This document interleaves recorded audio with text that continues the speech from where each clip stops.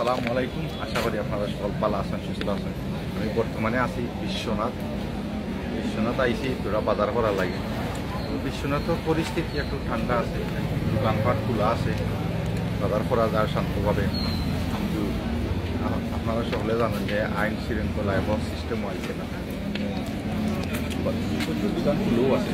আজকে আইসি আপনার আমার আপনার ভাই মোর দোকান শ্বশুর বাড়ির সাইকেল রেখা, আপনারা সকলেও চিনেন দোকান। বেশি গিয়ে দেখি